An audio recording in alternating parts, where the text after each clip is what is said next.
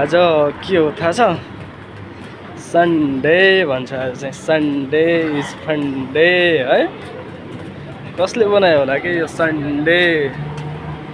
जसले पनि बनायो त्यसको जय होस्।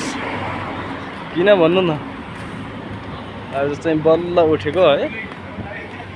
अनि उठेर नुहाइधुवाइ गरेर चट्ट लाएर अनि खाना बनाउनको अल्छीले पनि है म चाहिँ यहाँ पठान भाइले रोटी बनाएको छ त्यही लिन जाँदैछु।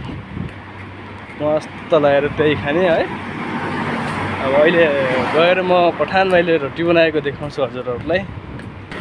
अनि गाइस हाम्रो चाहिँ पठान भाइले चाहिँ टक्क रोटी यस्तो रोटी बनाउँदै हुनुहुन्छ है। मैले चाहिँ दुईटा रोटीको अर्डर गरिसकेको छु।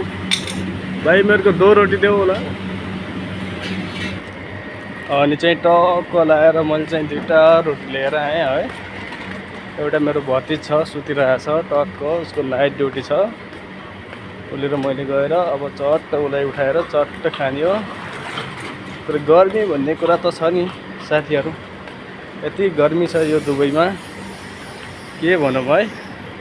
एकछिन घाममा हिँडेको एसीमा चिसो कुल ज्यान बनाएर आएको, तर पनि अब पसिना निस्किन लागिसक्यो। म निस्केको धेरै पनि भएको छैन, 3-4 मिनट जति भयो।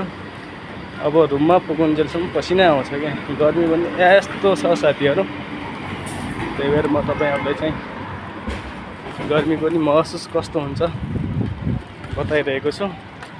ल है गाइजहरू, तपाईँहरू चाहिँ कहाँ हुनुहुन्छ, के गर्दै हुनुहुन्छ?